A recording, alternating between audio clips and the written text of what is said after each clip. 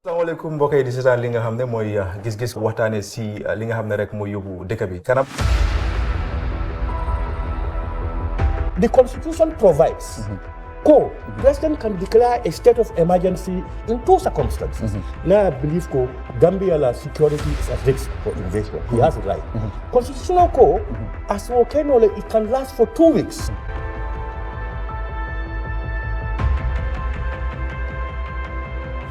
And he has the intellectual, moral, political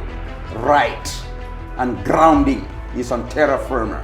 He said the right thing at the right time, in the right manner, to the right audience, and we fully support the party leader's position on this. Yéen ñëpp gis ngeen ne dañu oote ne nañ ànd soppi nguur gi fi loolu pexe la parti yi bokkuñu xalaat bokkuñu jubluwaay lii pexe la rek pour génne ngu réew ci loxo benn nit te jubluwaay bi mooy won ne fexe nag nit ñi moom réew mi ne nañu ànd ci xel ñu tabaxaat réew mi.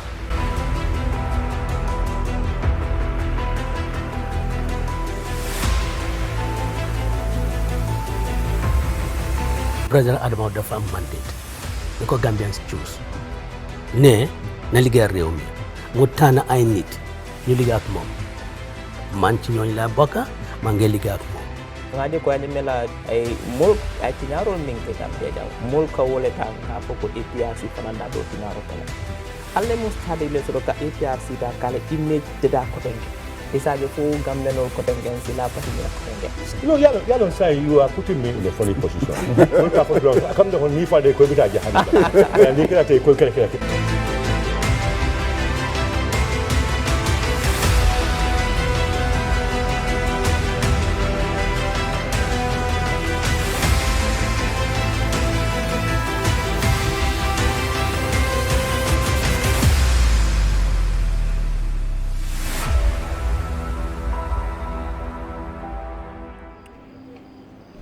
ñu ngi lay dalal ci gis-gis buñ géej a def dañ demoon break maanaam 3 months ñu ñëw tey fas yéene indi leen gis-gis boo leen yàgga di xaar bii nag ñu ngi start li nga xam ne mooy 6 season yi of course gis-gis am na juróom-benni at muy 6 years now ñu ngi woon GRTS def I think 1 year or less ñu maanaam génne ñu fa buñ fa génnee dañu dem Star TV jógee Star TV ñëw Paradise TV Fatou Network ñoom ñu yàgg di def production bi for 3 years or even more Fatou Camara ñu ngi ko jaajëfetal bu baax ci lum tax ba gis-gis mun a am ba léegi ñu ngi jaajëfetal tamit ki nga xam ne mooy Haruna Dramé because moom tam moo ñu jox opportunity bi pour show bi mu mun a ñëw on Paradise TV mala seen xarit Ansu Jack maa ngi fii tey ak of course suma panelists yi on my right far right maa ngi am Basama Dramé and then Rafi Diab and then ma am Nene Freda Gomez ak tamit Doudou Dia Daba Malik moom ne ko fi dafa xala jàppa and then Fatou Diawo dafa tukki Lamine Ndiaye tam dafa tukki both of them ñu ngi US ñu ngi enjoy right now bu baax a baax a baax Amad Dieng moom ngi Sweden so moom probably dinañu join later through WhatsApp pour ñu mun a waxtaan ci li nga xam ne dañ ko indi ci gis-gis bi tey tey nag dañ leen di indil of course because suñ VP bi muy vice président Badara Diouf bu mu gaañoo yàlla ko yàlla xaare aljana bu baax dafa fekk defuñu woon gis-gis boobu jamono ba tax mënuñoo wax lu bëri ci former vice président bi tey dañ bugg a maanaam faram-fàcceel seet lu ndaw lu mu jot a def ci Gambia bi bu mu nekkee VP of course ak tamit bu mu nekkee minister of higher education si kanam tuuti tamit dinañ indi li nga xam ne mooy mayoral elections yi of course ñu ngi xam ne Talib Ahmed Bensouda mu ngi bugg a secure li nga xam ne mooy place am ci KMC mu nekk béréb bi nga xam ne dafa yitteel Gambian si bu baax because dafa rëy maanaam ñu si dëkk dañ bëri trop ba tax nag ñu gis tamit ki nga xam ne mooy Bakary Badji muy minister of youth and sport moom NPP ñoo ko jël pour maanaam mu taxawal leen fi nga xam ne mooy KMC diggante Bakary Badji ak Mayor Talib Bensouda ay noonu ne xëccoo boobu noonu dina métti trop ba tax tey dinañ ko indi tey ci waxtaan yi ay noonu ne time bi du enough pour ñu mun a waxtaan loolu tam mu leer nañ ba dinañ ci xuus bu baax Mayor Rahim Malick loolu tamit Banjul moom ak Ibou Faye maanaam ñu ngi xëccoo foofu noonu tamit noonu ne dinañ am yeneen independent candidates ak tamit yeneen probably candidates yu jógee ci yeneen political party pour Banjul KMC ak tamit Brikama of course muy this guy what's the name again Yangs Dabo moom moo faa taxawal UDP ak tamit Ahmad Jite moom I'm not sure ndax dafaa ñëw on independent ticket or NPP boobu maanaam dinañ ci gën a am lu leer xam naa ci kanam Sirifo Sonko moom I'm not sure ne dina fa taxaw because NPP dafa mel ni dañ bëgg a put foofu noonu face bu bees ñu ngi leen di indi di leen dalal ci gis-gis bi di jaajëfetal suñ technical team bi ñu Mansour ñu Modou ñu Ibrahima ak Mataran all of the team ak suma xarit bi Souleymane Sanyang moom moo def graphics yi promo gis-gis bi depuis bu ñu nekkee GRS until now moo ñu ko yàgga di jobal ñu ngi leen dalal ci show bi Basamba mun na ñoo start waxtaan yi tey maybe 1 hour rek la ñoo dem ba next week ñu ñëw mun a am proper gis-gis Basamba nañ start ak waxtaan yi first ba dañ nañ ñëw ci li nga xam ne mooy vice président bi former vice président of course muy Badara Diouf ñu ngi gis ne mu ngi génn àdduna and then for the first time ñu gis koo xam ne mu ngi liggéey government nekk in cabinet mu génn àdduna and then Gambians si really ñu feel ko lan nga foog ne impact boobu noonu la Badara Diouf doon am ci government yi Adama Barrow Basamba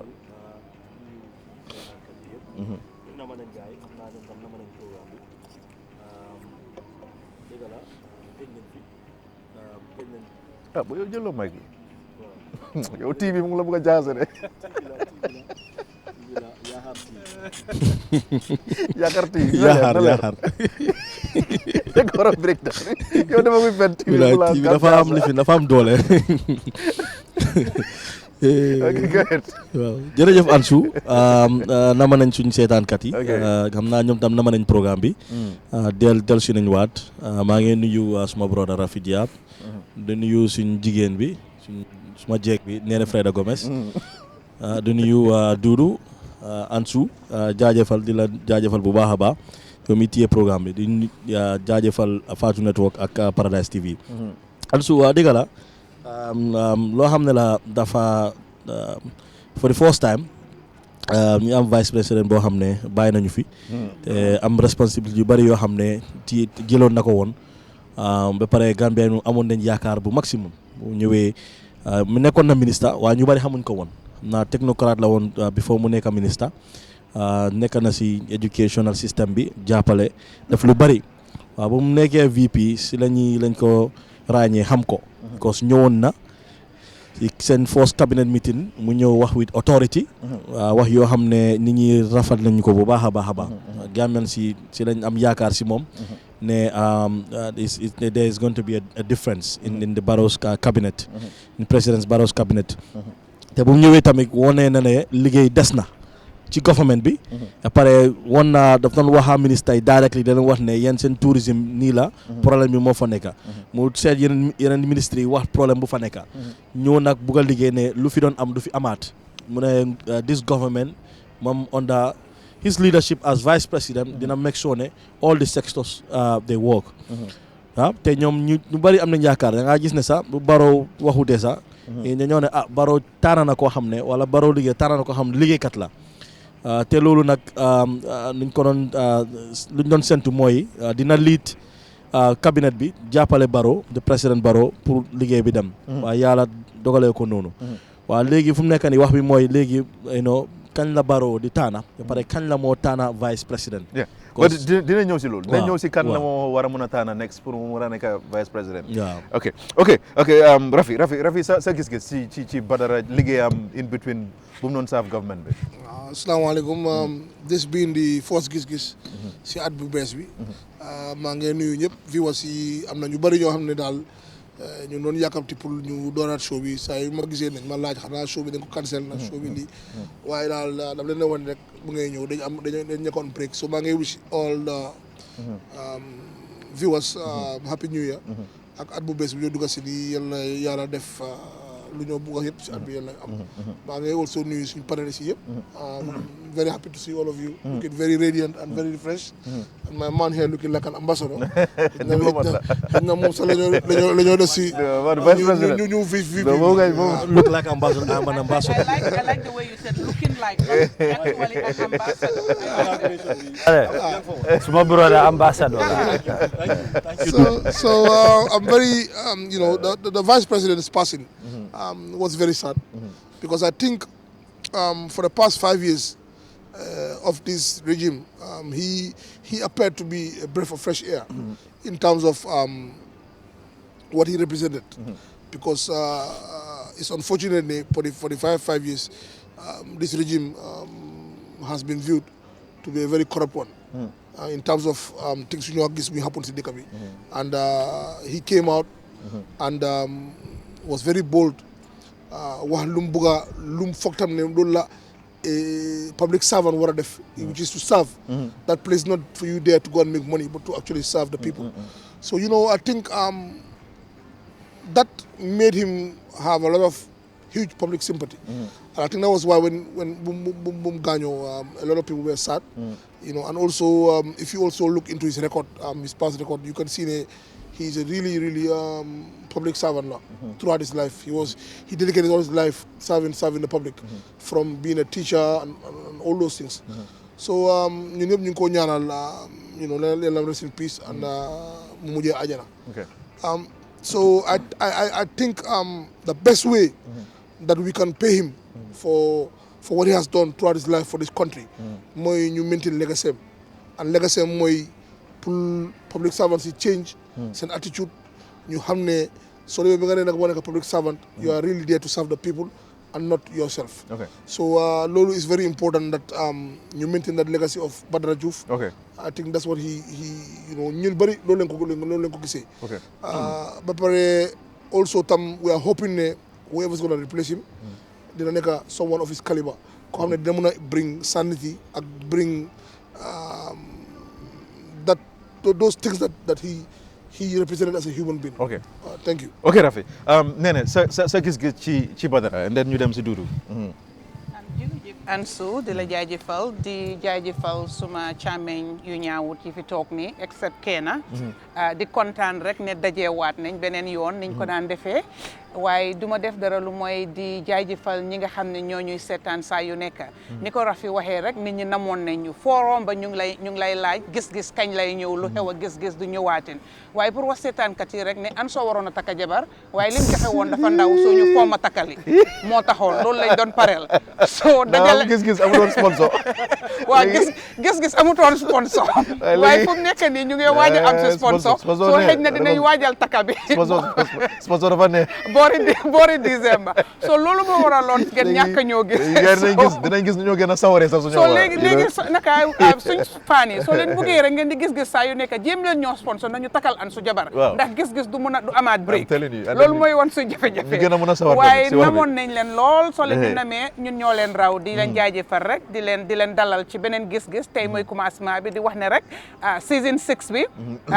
dina gën a yanja season yi romba yëpp parce que xew-xew yu bari ñu ngi war a ñëw si yoo xam ne dinañ toog fi nii ñu analyse ko faram-fàcce ko waxtaan ak yéen parce que loolu gis-gis rek lay xewee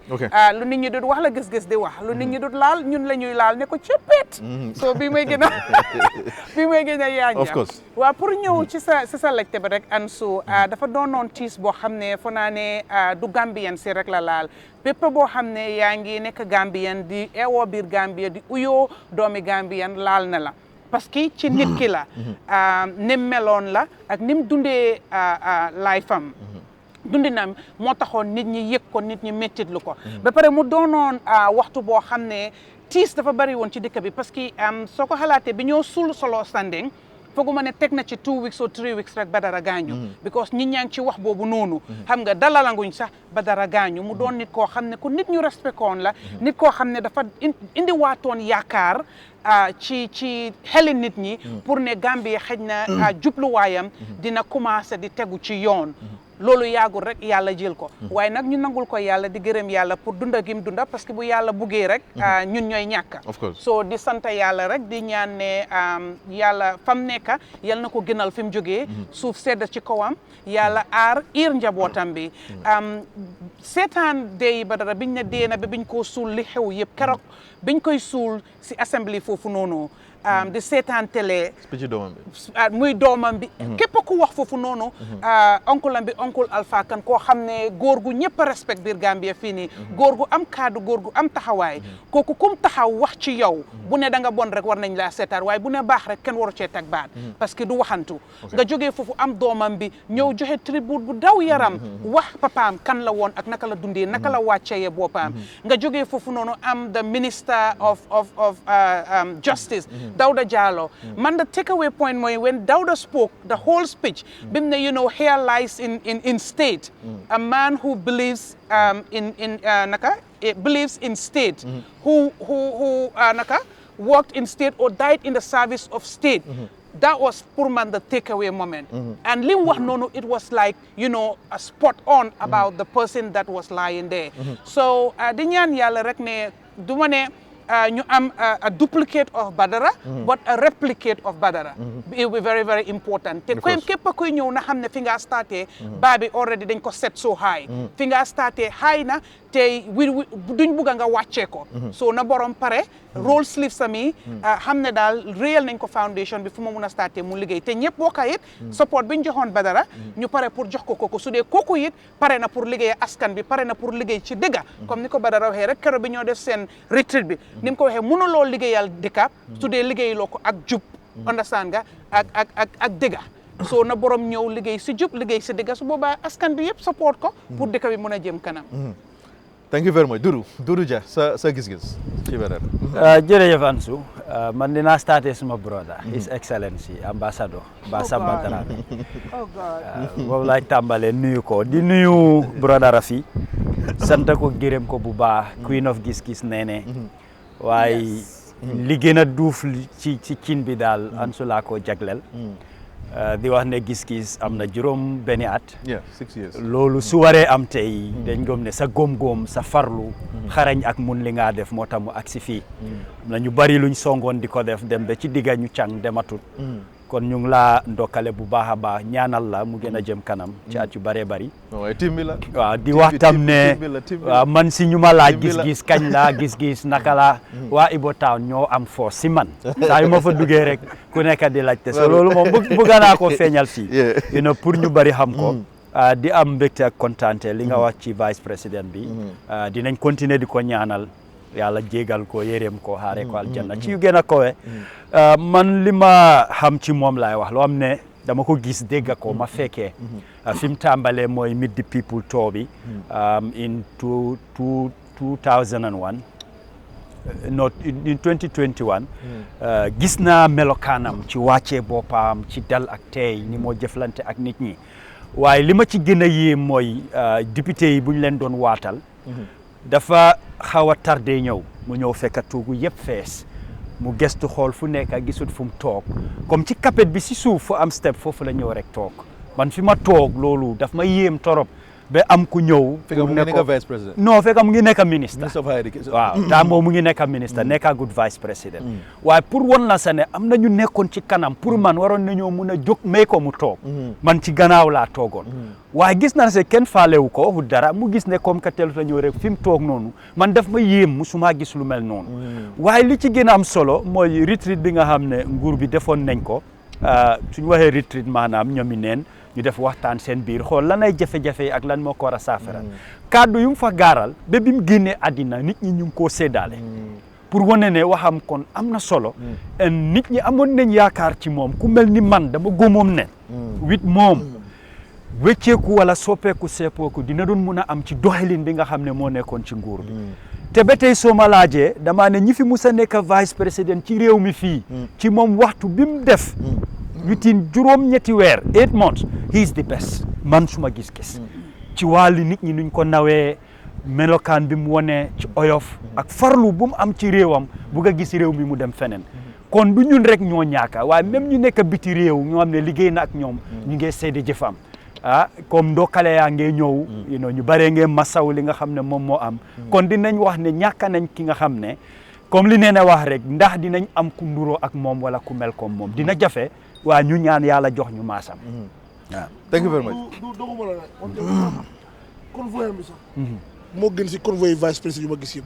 daf laa rombaat du speed nanka la rombee xam nga loolu sax tam bokk na si humbleness bay wan nii of course ni mel yes ok ñu ngi def programme bi fii Tamala back because ñoom ñooy suñu partners yi yàgg nañ di liggéey ak gars yi ba dañ renewwaat partnership bi mu gën a am doole even though daf dee difficult pour gars yi accept programmes yi war a fee mun a am because stories yi dañ fi dee nekk right now mu ngi fully booked ba dañu allow pour ñu ñëw def li nga xam ne mooy gis-gis waaye I'm very happy pour announce ne for the first time pour ñu am ki nga xam ne dafa jóg ne dafa sponsor li nga xam ne mooy gis-gis bi yàgg nañ di knock doors yu bëri di struggle tamit pour war a mën a am sponsor pour war a sustain li nga xam ne mooy programme bi ba den ki nga xam ne mooy Moussa Ly muy CEO moom li nga xam ne mooy Lee Properties dañ dee jaay ay building materials ba pare mu ngi am water company boo xam ne mu ngi ko ñëw start si very soon I think in few days or weeks inshallah moom moo ñëw ne dafa bëgg a sponsor show bi of course ñoo ko approach waaye dafa wone kontante ci loolu noonu because moom tamit yàgg na di observe li nga xam ne mooy gis-gis Moussa Ly moom ñu ngi ko développé li nga xam ne mooy promo boo xam ne nañ ko bëgg di indi on gis-gis nga xam ne yéen ñuy seetaan show bi di ngeen mun a dem jënda li nga xam ne mooy land ci moom because land gis nañ ne dafa bëri problème ci dëkk bi so it's very important pour nga deal ak koo xam ne ku óor la soo joxee sa xaalis di nga mun a am li nga xam ne mooy béréb boo bugga Moussa Ly nag man jël naa garantie boobu ne he someone koo xam ne xamuñ ko ci njuuj njaaj du affaire yi ne dafa sponsor programme bi rek because loolu tam xool naa ko ndax du koo xam ne dafa maanaam bokk ci ay njuuj njaaj ba tax nag I'm very happy pour ñu am partnership bi with Moussa Ly of Lee Properties su boobaa dinaa leen wax naka ngeen di jaay jëndee laan beeg yooyu noonu yëpp kontaan nañ trop ci loolu noonu of course Gach ñoom tamit ñu ngi bëgg a ñëw on board courtesy of Basamba Dramé because mu ngi liggéey fi nga xam ne mooy of course Gach ñoom tam dañ wax ne dañoo ñëw wane nañ seen interest pour ñëw jàpp ci show bi maanaam mun a sponsor li nga xam ne mooy programme bi ay noonu nag gars yi dañ dee bëgg a di politicize li nga xam ne mooy gis-gis tey ñu ne ñun ñu ngi NPP ëllëg ñu ne ñu ngi feneen but kuy seetaan show bi di nga xam ne ñun dañ dee dal ci political parties yi yëpp and then Gach war a ñëw on board I think is good ma announce ko now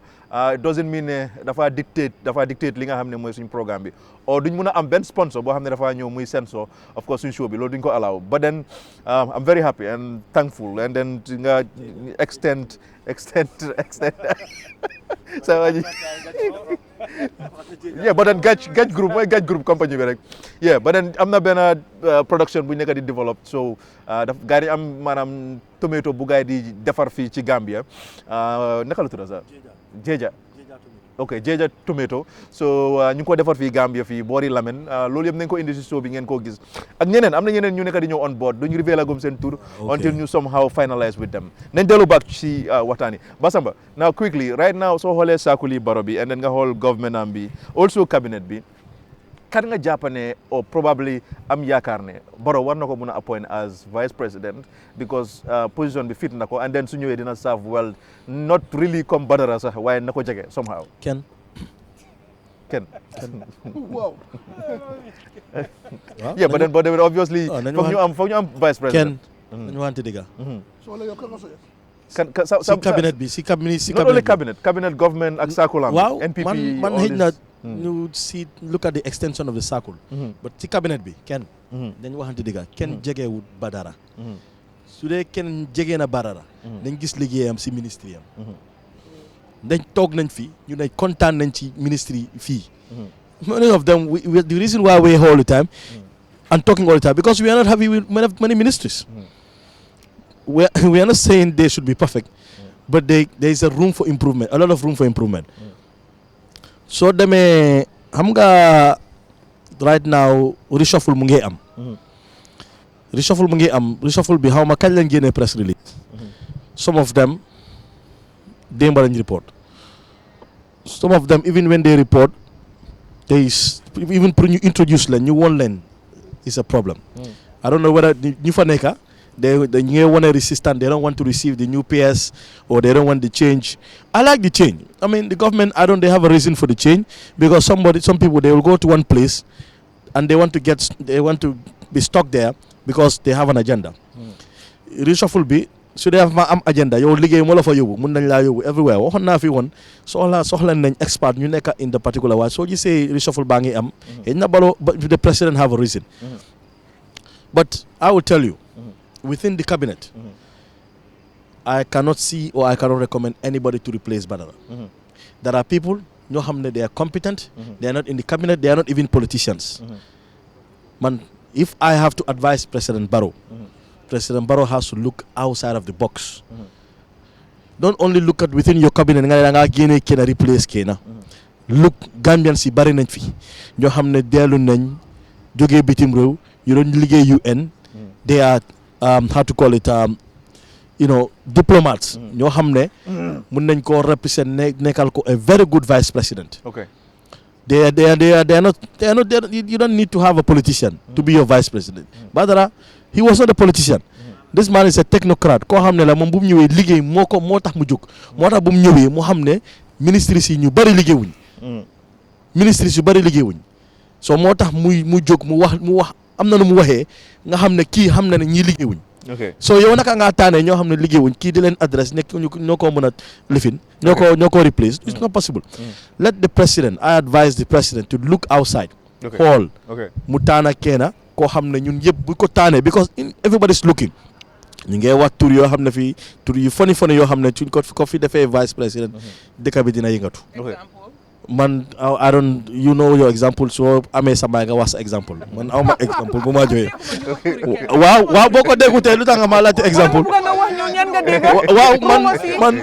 ma ne yow leeral ko in your own way man li ma wax mooy ma ne dëkk bi fii soo ne ciw ñëpp dañ ko dégga dëkk bi fii ñu fi wax dara yoo xam ne kenn déggu ko loo dégga naa ko lu ma dégga ko yow su la neexee nga wax waa li ma wax mooy man li ma xam waa dégguloo dara man tam dégguma dara man li ma wax mooy ñooñu tur yooyu noonu suñ ñëwee ñooy vice président fii billaay protest yi da am. ok Rafi Jab nañ ñëw sa gis-gis ci kan nga foog ne within the circle of Adama Barrow ak tamit government bi ak cabinet bi kan nga foog ne mun nañ koo jël jokkoo place bi. dafa saat bi nga xam ne man to be honest ministre yu ba sax xamu leen. I don't know many ministers. mun naa roba ministres yi mbéera te du ma xam ne kii ministre la. te loolu lu ko waral mooy gars yi nekkuñ ci liggéey man maybe the only minister boo xam ne mun naa wane kii is alright mooy Gomez Prof Gomez at the higher education because xam naa ne he's a man of integrity te ku jubla waaye ñeneen yëpp man I don't xam naa some of them but ñooñu du ma leen recommend sax pour ñu nekka suma wëj man that's how low I see them. To be honest, I don't like what they're doing. Corruption, not like and it hurts me to see those people still there. Te man dama believe ne nguuri Barrow bi sax soo gisee mu gën a yaaxu ñooñu ñoo fa nekk ba te ñooñu la war a get rid of. Okay. So si saako mi ñooñu laa gis wante am na a lot of competent Gambians yoo xam ne they are out there and they can fulfill that role both male and female. And nit yi dañ ñëwoon ne those positions waruñ koo jox politician but at the end of the day it's a political appointment because soo nekkee suma vice president da nga war a nekk political savvy guy koo xam ne dig ma mën a compliment with my efforts. Look at the way it is done in the US. They are politicians so you can be a politician and still also be a good somebody koo xam ne yaa ngi mën nga sa liggéey a good public servant luñ bañ kay mooy nga dem foofu nga nekk 100% politician rek but dama believe ne sooy appoint a vice president koo xam ne moo nga cross you it doesn't necessarily need to be a thing. In fact man su ma nekkoon president suma minister yëpp ak they have to be politicians because they have to back me of course especially when things happen yoo xam ne dama nit gars yi ñëw rally on my behalf they have to do it but let them be good and let them be competent and let them know what they're doing. Okay. So I think ne daal man lu ma wax rek whoever is gonna replace him let him be somebody koo xam ne dina continuer legacy. Okay. Nene Yes, Ansu. So kan nga probably point ne probably mun naa war a replace Badara As vice president? As vice president. Of course, myself, without a doubt. How can you work with Adama Barrow? How can't I work with Adama Barrow? Am I not a Gambian? Ak loo wax si Adama Barrow comme you guys wax so ñu ne loo wax si Adama Barrow but then they don't understand the politics. But I mean that's Adama Barrow. Now it's me being vice president and we're going to continue to say those things. So pare nga liggéey Adama Barrow. Mooy yow na ma appoint vice president ngeen xool. Ngeen toog di waxtaan. Mooy yow. Okay. Boobu mooy nekk the typical example of the Mbahal cabinet. Trust me. From Arch bi du fa romba. From Arch bi du fa romba. But on on a serious note, so xoolee right now nii like the current cabinet is very very very difficult. dafa jafe pour nga war a point kenn ne ko you know kii mun na replace that position. parce que su nekkee ne yow ñu ngi la appoint fiñ la jox sax nekkuloo dafa def impact ko nekkuloo dafa def loo xam ne fees na buti nit ñi ba tax nit ki war a daa yaakaar ne mun ngaa nekk number 2 like ñaareel xam nga so man tamit comme ni ko Rafi waxee ak Bathamba rek man gisuma kenn koo xam ne mun naa point ne li ne dëgg la I want to reckon pour yokk ci li Rafi wax rek professeur Gomez I mean nekk na koo xam ne su dee yëfi jub la su dee yëfi gëm sa bopp la su dee yëfi bugg a liggéey la moom man mun naa koo vouchal understand parce que wane na ko ci fépp foo xam ne jox nañ ko ci liggéeyam ak jëflante nit ñi waaye bu rombee kooku noonu xanaa ñu xool ci biti bi ñi nga xam ne ñu ngi nekk si diplomatique ñi nekk si diplomatique you know mission si yooyu noonu xam nga international appointments yi ñu xool ñooñu ba xam am sone parce que Gambien si nekk ci biti baax na ñoo xam ne ñu ngi liggéey in top positions you understand right now ni naka lañ ko head of the ECOWAS commission la right in Abuja that's Mr. Touré xam nga Mr. Touré Basamba baal ma ataaya bi yaa ngi maa distract continue Mr. Touré xam nga ñu mel ni ñooñu head such institutions xam nga kooku noonu war naa mun a head nekk a vice president Mr. Touré ban Mr. Touré Omar Touré okay Omar Touré moom ma nekk in Abuja foofu noonu okay yeah exactly xam nga ñu mel noonu dégguloo may la fii kenn mënu ko wax naa loolu ba jeexal de soo li may wax mooy ne ñu xool ci biti parce que Gambien si nekk ci biti di jiite organisation yu mag yi ni bari na te boo gisee ñu leen di def jiit foofu noonu which means ne am na luñ xam am na luñ mun am na luñ def soo ñu xool ci ñooñu waaye bu dee Gambia fii daal tànka sama mbokk bi kenn manul ok am Dudu sa gis-gis kan exactly nga foog ne mooy mun a replace Badara well li ci jiitu mooy nekk vice président li Rafi wax bugga naa ko dëgëral you know cabinet ci boppam political appointment la loolu baax na pour nit ñi understand ko minute ne doo ko jox ku nekkut politicien waaye soo fa duggee foog nga tontu become a politician liggéey bi moo ko laaj loolu la soxla you know su dee bugga ngaa jàppale président liggéeyam mu mut even soo nekkee technocrate sax ñu appoint la you will turn to be a politician loolu moom mënut a ñàkk lu dul rek nga téye sa boppa bañ a def liggéey waaye ñu xam ne place la boo xam ne foog mu doon koo xam ne su ko président gestoo xelam dina dal dina ko mun a óolu et nit ñi tam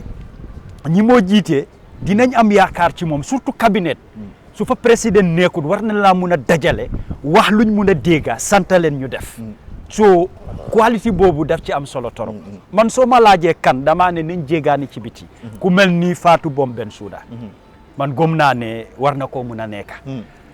jigéen la boo xam ne jigéen bu mun góor la am na expérience am na ay jaar-jaar te farlu na ci liggéeyam comme ci lum nekkoon kenn topput ko ci am loo ko laaj wala indil ma xaar yàlla wala leneen kon man gis naa ne dina war a nekk koo xam ne dina fees place boobu nit ñi naw nañ ko dinañ ko war a mun a déglu dina digle oo wax ñu toppa wala ñu jël li nga xam ne mooy ay kaddu yu moo teg waruta em rek tam ci ne ay politicien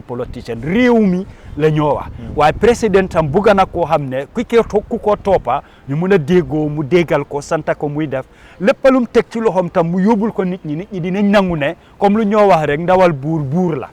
in the absence of the president kooku dina mun a fees place boobu so man suma gis-gis daal Fatou Bom Bensouda war naa mun a fees place boobu fi mu nekk ñu jëlee ko fa isi ko fi mu nekkoon ñu jël keneen yóbbu ko foofu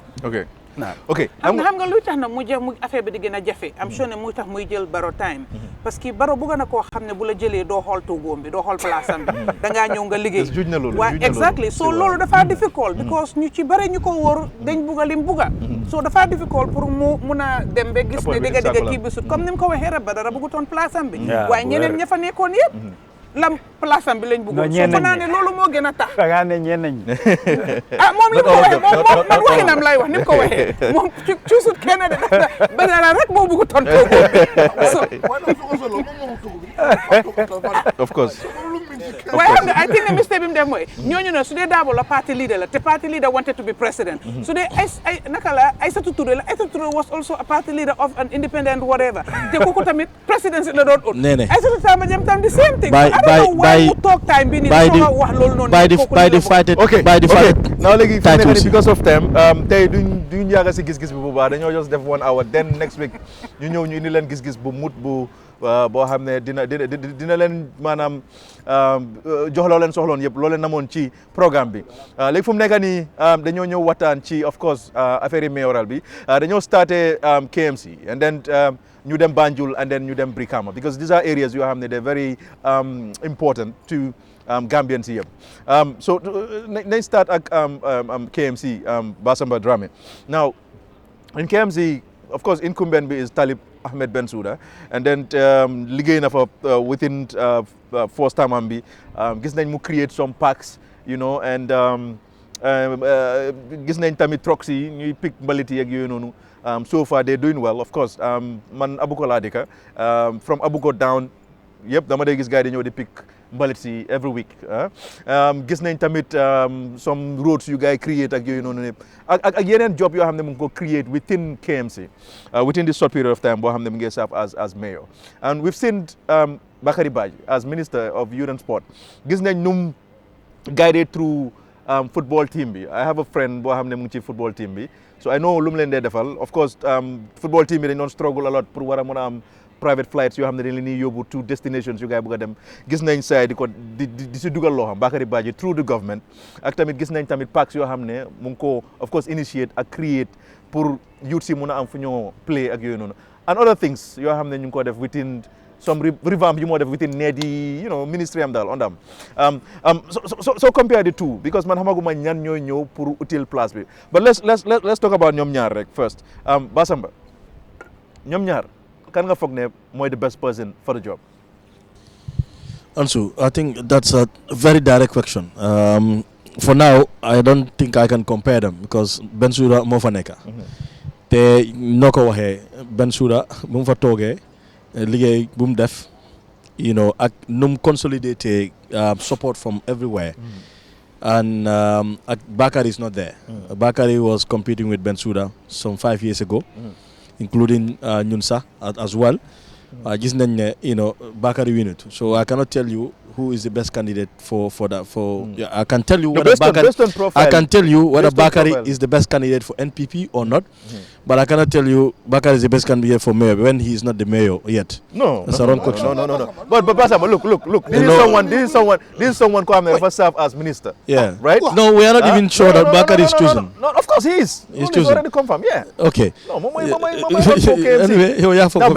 based on the two of them. léegi ma la ko dara yow sa gis-gis lan nga foog léegi ma la ko dara soo demoon just jël any bartender fii nga ne ko léegi da nga compare ak Talib da nga wane non kii doo ko mën a compare kii mu tane da nga mi No. xaaral ma answer sama question. Man lañ laajte. ok ñëwal waaw Rafi xaaral. sorry gis nga TV bu la def lu garaaw de tii mooy yaakaar tii. yaa ngi sonn rek waaw TV après is TV the male Yugo tea la. the male Yugo tea. waaw Bible because yow mënuloo read lii properly. waaw non wala bu waaw TV dafa am doon mooy di male tea bi mooy di male tea te am na female tea tamit. waaw de Ansu. nee na mu ngi block affaire yi. waaw non bul wari nee na moom nee na am nañ female tea bul xam nga yow kii féministe la ba papa. Ansu man naa la wax leena man Bensouda as the mayor. Bensouda tried to represent himself as a mayor for everybody. Yes. Even though there is politics there, Bensouda tried to talk to everybody. Moom mu ngi represent mu ngi wane ne moom ñëpp la fa local. Bensouda dina wax NPP dina wax UDP dina wax ñëpp. Because moom gis na as long as you are from KMC, it don't matter ban parti nga bokk man gis naa ko. Because man sax am naa discussion ak moom te gis naa ne liggéey na bugga naa liggéey tamit waa easy wut lu bari dañ xam nga when you are not with the ruling party it's difficult xëy na lu bari éeni na ko mënu koo def understand nga xam nga loolu yëpp si politique bi la team backs agaanguma foofu noonu so léegi man what I think is going to be a very very difficult mayoral election because you know team backs whoever they're going to bring because you're finalize okay team backs because man luma dégg ak yow lay wax ni yow dañ ne okay team I contested 2018 election I was campaign manager for Papa Njai team backs no Papa Njai contested I was campaign manager bu ñu demee si election bi gis nga KMC so da nga dem KMC nga lu fa nekk du benn team backs ñun dem nañ ba bëgg a nekka moom ñu liggéey waaw we decided to go alone independent but si election lifin bi we had 8,000 votes mooy Papa Njie dañ surprise nit ñi sax understand nga so no dama laa wax ne Bakary lu mu defoon last election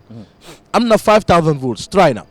but anticipation bi mooy Bakary was going to beat a lot of people understand nga but now Bakary under NPP is different from Bakary being independent am na dina am more support dina am na xaalis après nga dina try pour lu mu amutoon in terms of because campaign bi tam dafa soxla nga génne xaalis so xëy na dina am loolu it would be a bit different but Bakary as a mayor I don't see Bakary he's someone that has impacted a lot of young people bu mu nekkoon di liggéey with young understand nga impact na ñu bari ba pare loolu tax na many young people wanted to support him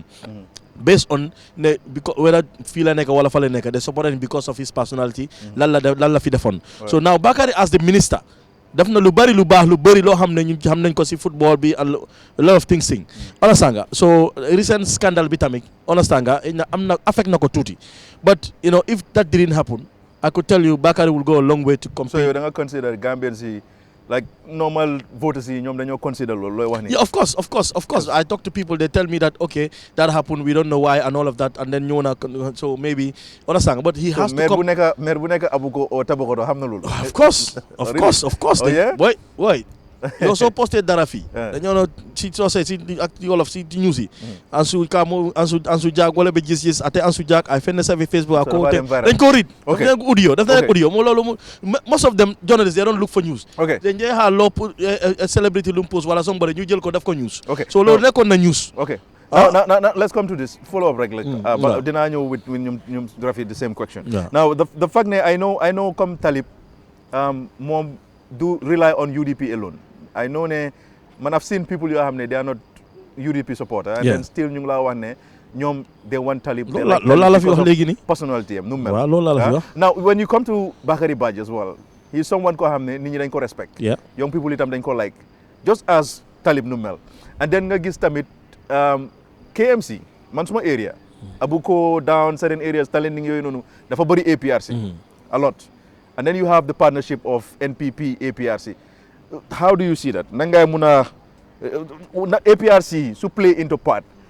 nuñ bëree biir KMC ndax loolu du affect Talib even though Talib dina am support from others different from UDP Kambe okay balaa show bi wax naa Dudu wax naa ko ma ne ko whoever is going to win would need APRC because so you say last election be APRC they got about 17,000 votes which was a lot and the candidate they choose Rambo at the time was not the most ideal candidate understand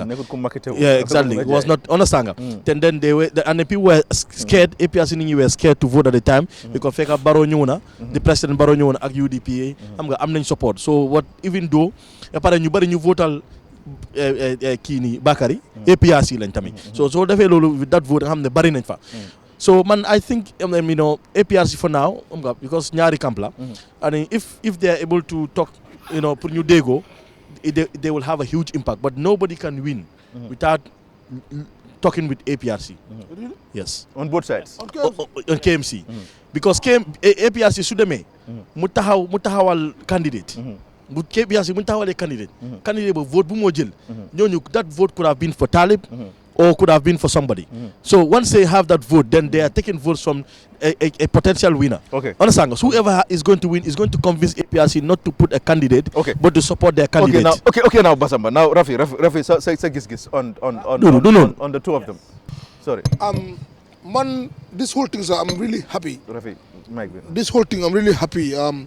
How now people in this country are taking the local elections serious, because then when we realize when you want certain things done locally, it is your actual local government, your local different. Because central government is up there, and they do their policies or whatever. And sometimes it takes time to trickle down to you. But like, for example, my trash can, every week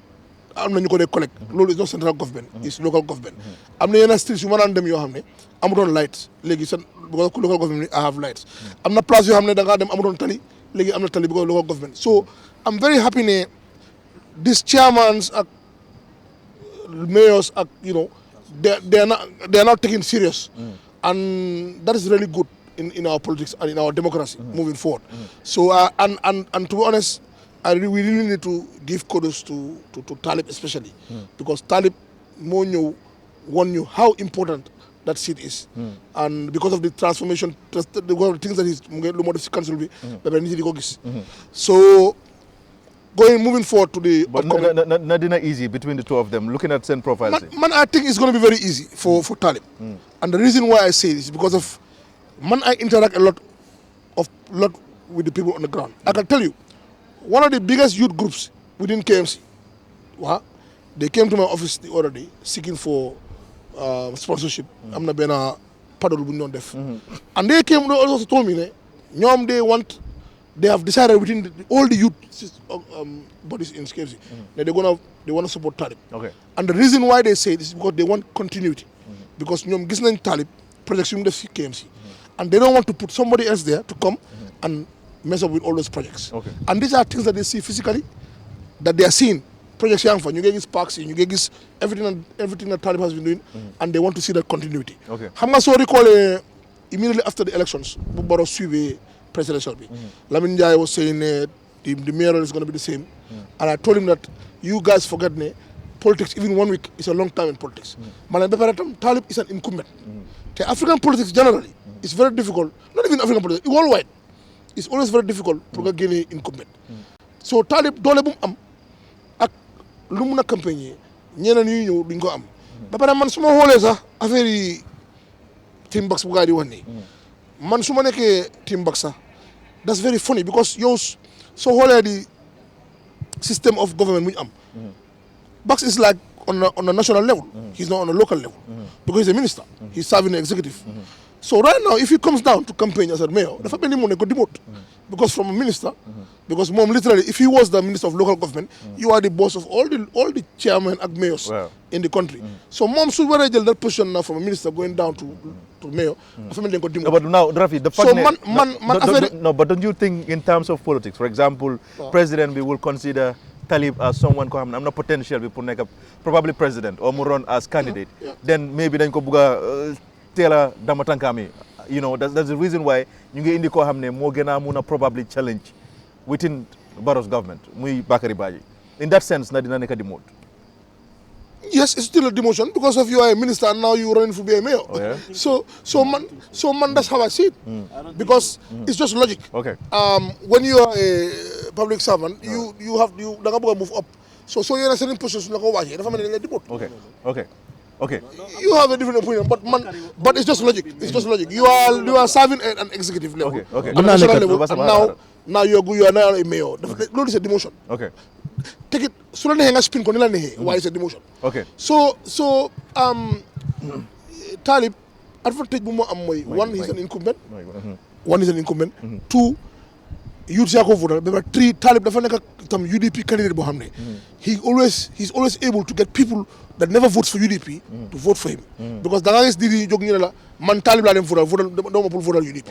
te loolu noonu he's one of the few candidates yoo xam ne they are within the UDP camp that he has so man dama believe ne foofu la Talib di winee election bi one for being incumbent and two continuity bu nit ñi bëgg a si moom ak the 3 also he's Talib as a brand dafa transcend dafa move more than UDP because he gets people that are not within that core of UDP to vote so su amee that core of UDP voting for him plus ñeneen ñi ñëw add it's a done deal and I can tell you today maa ngi ko ñëw wax fii Talib most likely gis nga even election results yu amoon last time dina am more than that's one but 2 ñu bari dañuy fàtte ne election figures yu amoon last time bi it was very very low I think it was below like 30% or 33% something mooy overall voters it was very very low man maa ngi man moo vote I didn't even spend there 2 minutes dama dem rek fot ma pare so bii su whatever candidate buy ñëw su mu nee am that other percentage pour ñu ñëw loolu tax will make a difference but Okay. Now, Nene, sa gis-gis. No, bañu. Nene, sa gis-gis on this. Sa gis-gis on Talib ak Bakary. Well, I mean, it's going to be dina interesting torop. Ba pare naka lañ ko waxatee dinañ gis lu bari mu xew. Parce que just ci commencement bi right now nii man suma analysis mooy ne NPP pare nañ pour def lu nekk pour am KMC bi. dégg la 7 regions la. waaye focus bi ñu def si KMC gisuma ñu def ko ci yeneen place yi yëpp. understand nga well again KMC dafa nekk University of Politics. waaw mooy yëpp de. well exactly and rightly so. waaye tamit understand nga mu tombé it University of Politics waaye mu tombé it ki fa nekka ak ki fa nekka fan la jógee. loolu yëpp soo ko boolee dafa tax foofu noonu ñu def fa naka lañ ko bàyyi xel bu baax a baax. waaye su ñëwee at the end of the day ak ku fa nekka fu mu nekk fu mu jógee ak lan la ak yooyu noonu yëpp fa naa ne man dama gëm ne Gambien si especially youth si. parce que naka parliamentary local government elections yi da nga dee gis ne youth si dañ dee participer lu bari. jëlee ko ci last one bi. ok so su nekkee ne ba pare comme li Rafi wax rek last election bi 2017 boobu noonu ñu ngi doon use all voter registration register bi. then da ngaa gis ne this time ñu ngi use the new one te da ngaa gis ne xoola ñaata nit ñoo register especially youth si ñaata nit ñoo am voters card. dégg naa Matar muy wax de other day ne Bakary bi moo campagne the last time dëgg la youth si bugga nañ ko toppa nañ ko waaye youth si bari amuñ voters card. te loolu dëgg la because loolu dëgg la mun naa cee d'accord parce que ñu bari amuñ woon voters card. ma bugg a gëm ne ñu bari ci ñoom am nañ voters card right now waaye dynamics si change na because li tax mu change mooy Talib boo fa nekk na fa 4 years 5 years bi ñuy dugg si mu jeexal ko mu war a utaat a second term te youths yi nga xam ne ñoom ñoo am carte ñoo war a vote nekk na youths yoo xam ne ndaw yoo xam ne eewu nañ fu mu nekk ni ñuy waxtaanee politics dafa utee ak woon ni ñu doon waxtaanee politique parce que ay politiques yi kan moo ñu fa nekkal politique si kan mooy ñooy njëriñ wala sax nga politique yi kan ndax gis nañ suñ boppa ci li kooku noonu di def te léegi soo bëggee boole ñoom ñaar wala sax pour man suma gom-gom may ne Talib moo gën a am advantage than anybody ku ñoo war a indi parce que at the end of the day man suma gom-gom mooy ne Bakary la ñoo indi waaye dégg naa Matar Deme mu ngay wax ne NPP choose nañ ñëpp region si yëpp waaye KMC rek a des ñu ngi still waxtaan ak Bakary waaye man gis naa Bakary mu ngi présent boppam di wane boppam ne moom mooy ñëw KMC soo dafa nuyoo ay yooyu noonu non approche nañ ko déedéet li ma miin moom si boppam telling people ne comme moom moo nekk ki ñu war a ñëw KMC waaye nit ñam yaa ngi wax ne loolu naka lañ ko xatee sotteegut ñu ngi ci waxtaan bi ba tey di ko démb gi dégg nga mu ngi koo bàkkoo ne Bakary rek lañ nekk di négocier tal ñeneen ni yëpp dañ jël rek ayo moom la ñëw négocier tal waaye rightly soo xëy na tam am na lu tax and all that thing waaye man li may wax man dama doon feel ne NPP waroon na ñëw ut keneen waaw naam kan la ñëw ut xëy na amuñ ko waaye waroon na ñëw ut keneen bàyyi Bakary mu continuer Bakary so perfect lim commencé si ministre bi as Ministry of Youth mu mun a samp foofu noonu bàyyi fa a legacy boo xam ne exactly parce que ndaw itam am nañ yaakaar ci moom waaye pour génne ko foofu indi ko mu war a commencé waat ñëw di jongante foo xam ne defoon na ko mu daanu mu war a ñëwaatin understand nga te bi moo génne dem si ministre bi nekkutoon di campagne as coming to be a mayor so dina métti trop ak moom man li may wax mooy suñ waree xool rek understand nga Talib ci time am bi lim fa liggéey lim liggéey foog naa ne elloo na ko te képp ku am xel di vote because of development because of yokkute because of jëm kanam fooguma ne war ngaa votal keneen ku utee moom fu mu nekk nii waaye su dee ne dañ bugg a delluwaat fañ jógee mun nañoo indi keneen su dee am na keneen ku ko tane waaye man su ma gis-gis fu mu toll nii fi ñu toll nii man dama feel ne moom mooy the right candidate koo xam ne war nañ koo jox second term pour mu continuer li faa nekk parce que ndaw yi dañ gis seen bopp ci moom parce que moom boole li moo liggéey yëpp understand nga mu ngi cee boole ndaw yi maa ngi gis ne right now ni understand nga keroog dama dem si benn plateforme benn gathering and ñi dee bëre amin dañ wax si Talib ba suma yaram bi dafa daw parce que liñ doon wax mooy ne ñoom ñu ngi soog a puukaroo lamba ci Gambie bi fii sant yàlla Talib man duma lamba kat du may seetaani lamba xaw ma sax kan moo dee bëre fii nii waaye ñoom ñi nga xam ne ñooy promoteur si ñoom ñi nga xam ne ñoo dee bëre ñoom ñoo ko nekkoon di ko wax so mënumaa weddi ñooñu seen wax nga ñëw ci yëfi football bi tamit da ngaa gis ne tournaments yu bëri you know ñu ngi laa wax ne am na ci loxo daf leen dee support musiciens yeneen tamit boo ñëwee ñu ngi laa wax ne it's like his doors are never closed every time bu programme amee ñu dem nu mu bon su dee nu mu ndaw 50 tickets sax dina ko jënd pour support it's important nee it's important tamit ma declare ne of course panelists yi gis-gis yi moom du ma leen mën a senso but it's important pour ma declare tam nee mu ngi si team yi Talib Bensouda loolu ma óor la loolu dafa baax Ansu yaa ngi fay wax loo Ansu yaa ngi wax loo ma chance ok wax la pare nga daanu waaw waxal ida nekk nga fa wala nekkuloo fa bul change bàyyi ma ñëw rek damaa wax rek pour suñoo seetaan gis-gis gars yi suñoo seetaan gis-gis ak during campagne bi yëpp of course dinañ la gis during campagne bi loolu na am bàyyi foos no I don't like what you're saying. No, you have to take that back. You have to take that back. No, you have to take it back. Because Lingawa is unfounded and it's wrong. Then that's fine. Then nene neka ngut city mi. No, bama nyo. No, basaba. No, jaruko. Wa nene neka ngut. No, basaba. No, basaba. No, wale kon. Dugane campagne lo. Campagne legi te mu. Basaba haral. Yo ñu gis ci campagne bi billahi. Basaba haral. Ok kon sorry kon gisaguñ ne mu génn officially mu announce ne mu ngi ci team Talib Bensouda waaye man so far dama gis muy deflante ak Talib Bensouda di génn ak moom ci events yu bëri ba mu tax man ma foog ne yaa ngi fa then I'm sorry for that then bokkaguloo oh my God Gambians waaw léegi nee man it's my right to be but then don't say loo xam ne it's unfounded are you there or not yes or no ma jàppale are you there or not no xaaral ma jàppale are you there or not no because of time no wala yes no okay let's continue because of time billahi nañu fa gis no baalu na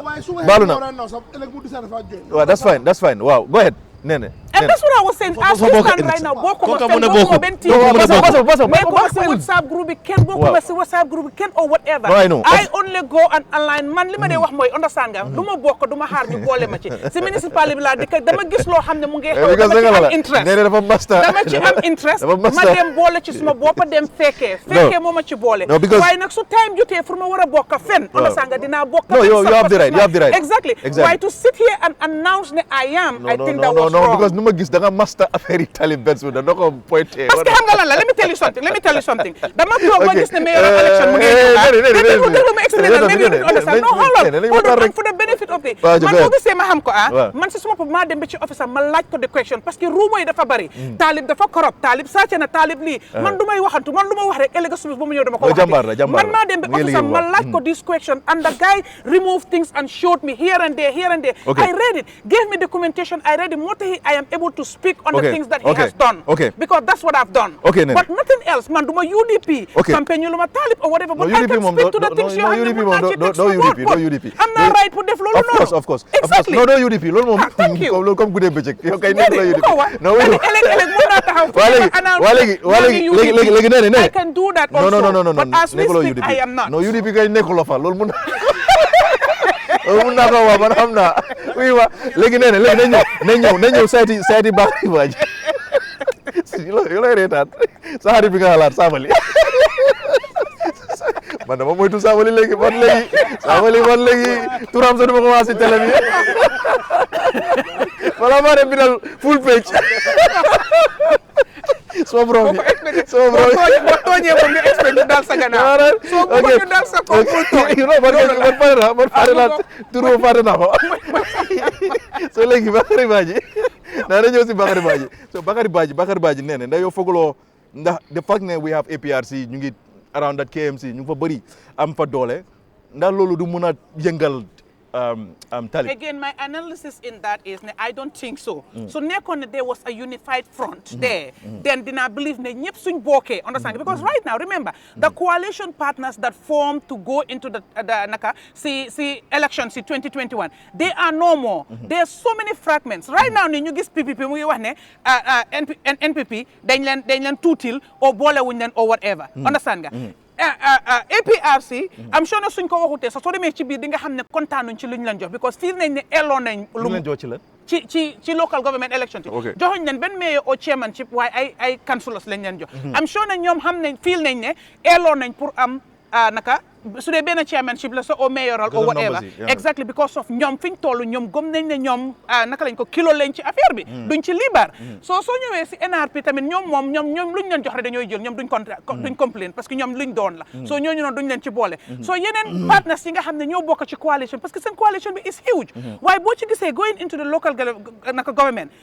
NPP la NRP APRC rek ci bokka ñetta ñooñu ñooy partners yi du ñetta ñooñu soo ñeneen ñi nga xam ne ñu ngi ci bokk te joxuñ leen they are disgruntled ndax ñooñu dinañ génn pour supportal ki nga xam ne support koo xam ne moom la NPP taxawal maybe not soo ñooñu noonu tam suñ génnul wane ko ci kaw xëy na si ron mooy silent majority bi and most of the time su dee dama la mere li may def mooy ma support keneen ki nga xam ne mooy sa opposition so at the end of the day Talib man ma feel have more advantage right now going into this local government election than Bakary Badji because Bakary NPP ñoo ko taxawal te NPP ñi ñu bokkaloon ñëpp kontaanuñ ci ñoom so loolu du ko favor so su ma doon moom daal mu jàppa jàmburam toog ca lam toogoon continuer loolu noonu mu ko gënal daan dugg ci ligne parce que xam nga 2017 bi ni ma ko waxee rek dafa daanu woon waaye bii day muut suuf ok now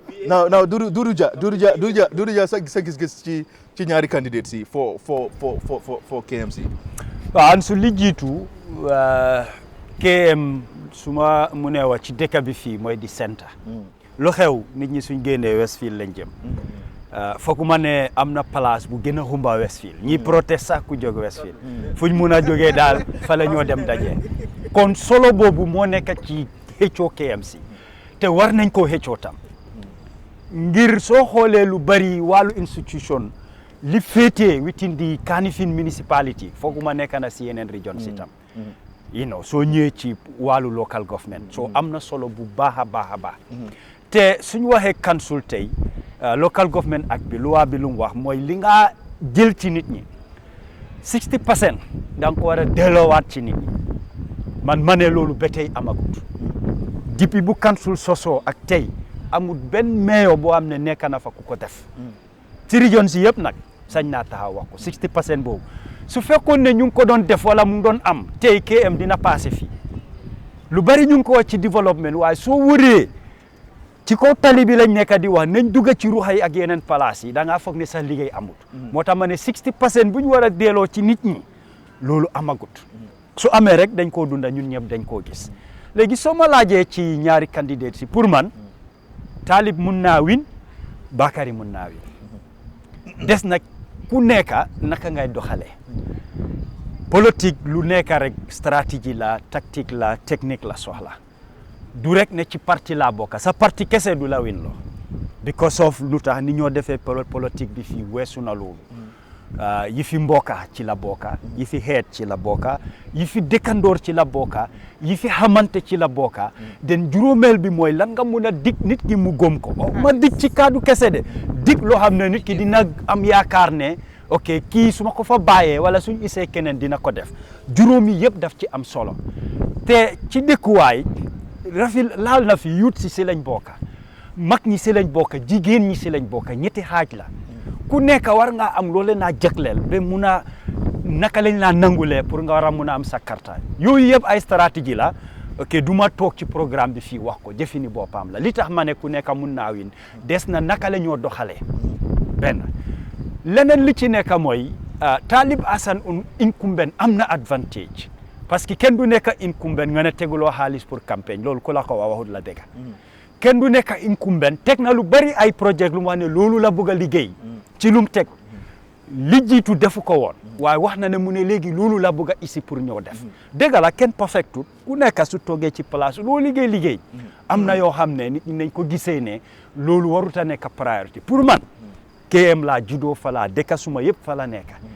mbiri library bu ñu wax pour man waxuma warut a am de waaye am na leneen lu gënoon a am solo loolu soo xee community radio am na leneen lu ëpp solo dan loolu comme li nga war a delloowaat ci nit ñi foofu lay joxoñ ci nit ñi liñ soxla soo leen demoon laaj tey ne ma sampal la library wala ma defal la lii daf laa ne lii du taana library foofu laay waxee soo ko waxoon ne ma isi la community radio wala ma defaral la yoon o ma toppatool la soo faa ne toppatool defaral ma wala toppatool ma lii du la wax community radio lena la ñu bari xamut ci Bakary Badji mooy ne xam na council ngir nomination nañ ko as councilor liggéey na fa mu ngi woon biir KM foofu xam na fa man xëj na loolu bokk na si suma gom-gom lu tax ñu ne nañ ko génnee ci ministre bi ñu isi ko place la boo xam ne dafa jaar du fa gan loolu bëgg naa ko wax pour ñu bari ñu understand ñu xam foofu man wax naa si suma biir wax ma ne li Basamba doon junj rek ne APRC kuñ boot pour nga am KMC dafa yomba du wax ne dañ fa bari de déedéet dañ yàgga KMC dañ fa yàgga am ay kansulo yoo xam ne am na luñ fa sampa waxtu amoon na ay jamono sax suñ political base la woon si nuñ daan liggéeyee ak stratégie yu ñu daan use so loolu doone seey na déedéet ba tey mu ngi fa so am nañ fa cër suñ doole la suñ stronghold la so am na impact buñ fa mun a def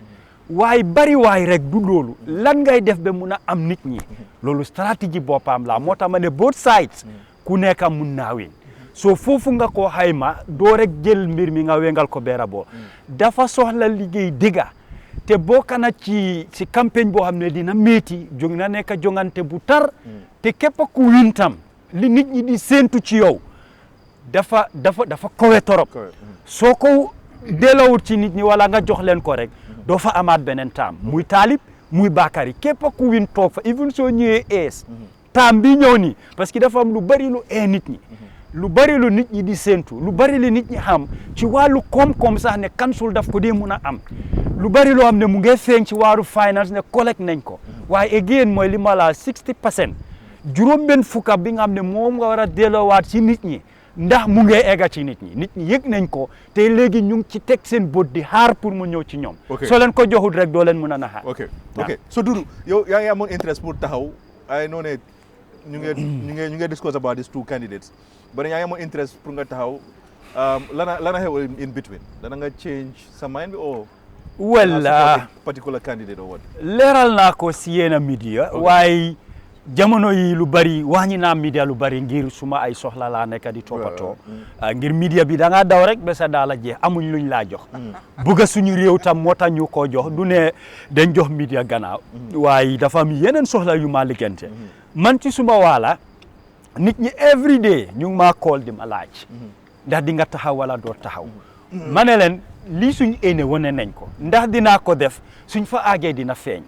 du ma toog tey rek ma ne ok décision bii laa jël déedéet politique la stratégie la te wax naa ne moomuma suma bopp ay nit laa ko bokkal ba tey ñu ngi cee yëngatu parce que am na ñu ma wax ne bëgg nañ maa sponsor ñu ngi koo dox da dina sotti dégga wala déet loolu moom suñ fa àggee dinañ ko xam am na ñi ma approche tam ci ay parti wane ne su fekkee ne man bugga naa taxaw ñoom dinañ ma finance loolu stratégie la man xam naa ñoom fi ñu jee su fekkee ne man buggumaa taxaw bugga nañ ma endorse seen candidate because ñoom ñu ne dañ dem place yu bari ñooñu dañ leen dee wax suma mbir soo gis nañ ne kii suñ ko amee ñu boole ko si lu ñoo def dinañ ci mun a am lu rëy waaye ci gàttal pour tënka daal génnaguma exactly ne lii la te duma ko yaakamti tam waaw okay that's very good so léegi fu mu nekk nii nañ shift to Banjul ak Brikama nu mu gën a gaawee rek because am nañ 1 hour already but then maybe ñu yokk si 10 or 15 minutes rek ñu pare si Basamba nu mu gën a gàttee rek quickly Banjul ak tamit Brikama Banjul Ansu Banjul lu fa xew mooy Banjul is the place xam ne mun ngaa dégg keneen jógee feneen mu win Banjul comme Rohey Malick Lowe nu mu ko winee nga Banjul dafa complexe après Banjul dafa ndaw bu amee benn ñaari coalition o nit mun naa win Banjul moom is predictable is predictable yes waaw Banjul no depending on ñaata candidat fa taxaw ñaata ñoo supportante wala sanga coalition yi su amee rek di nga for example you can say no it was very clear to me bu dee last election buñ amoon many independent because vote bi bariwul xamoon naa ne ñoom kenn du fa win xamoon naa ne parti moo doon win parti bu am doole te UDP taxawoon MPP amutoon yeneen parti APRC pare woon nañ wala sanga so it was very predictable na UDP dañoo win. Okay. Yes, I know that. Because at the time. Predictable, yes. Yeah. You know, so TV la. Man, waaye du da nga ne gars yi nañ ñëw ne check waaw nañ ñëw waaw duñ ñëw de wal ñi nañ ñëw waaw Wal turi TV. Okay, so ñi ñu tudda Yahar. Oh, Yahar. Wow. Yahar naka? Made in Gambia la Yahar, wow. Oh, okay. Okay, Yahar naka? Yahar tea. This is tea. Okay, so king. Wow, it's very good, huh? So bi bena Gambian moko luy tur bi turi Gambian bi. Fatim. Basaba fole la. Boy, lay dara sindal. No, don't forget jege rafi because of bulu bi. Wow, okay. So legi Basaba. Ki num tura? Dañ ko jox tea mu yëngatu ki. Ona bi. Waaw, ki ona bi Aisha, sorry, Fatima. Fatima naka? Waaw, Ndiaye. Wow. Okay. Fatima Ndiaye so moom compagnie bi nga xam ne dañ defar tea. Made in Gambia. Tea la tudda. Gaa yi ne defar yu bëri bi Yugo la foog naa ñu ne baax na trop ci góor. Mel tea. baax na si góor man di loolu so ñu ne gaa yi ne defar tea yu bëri fii lañ ko defaree. Gambia fii lañ ko nekk defaree. Xam naa ne daal dinañ gën a indi lu leer ci gaay bu càq bi duggee. waaw. Okay, na gaaw rek because of time. Waaw léegi lu ma la Banjul I was very sure man. In fact, election when it is closer is when you can predict. Now, like we're talking about Bakari, we don't even know when the Bakari tahona tahut. Banjul. Onasanga. Banjul. No, friend, I'm giving you. Okay, just go ahead. Onasanga. Wow. So Banjul, lumah moy.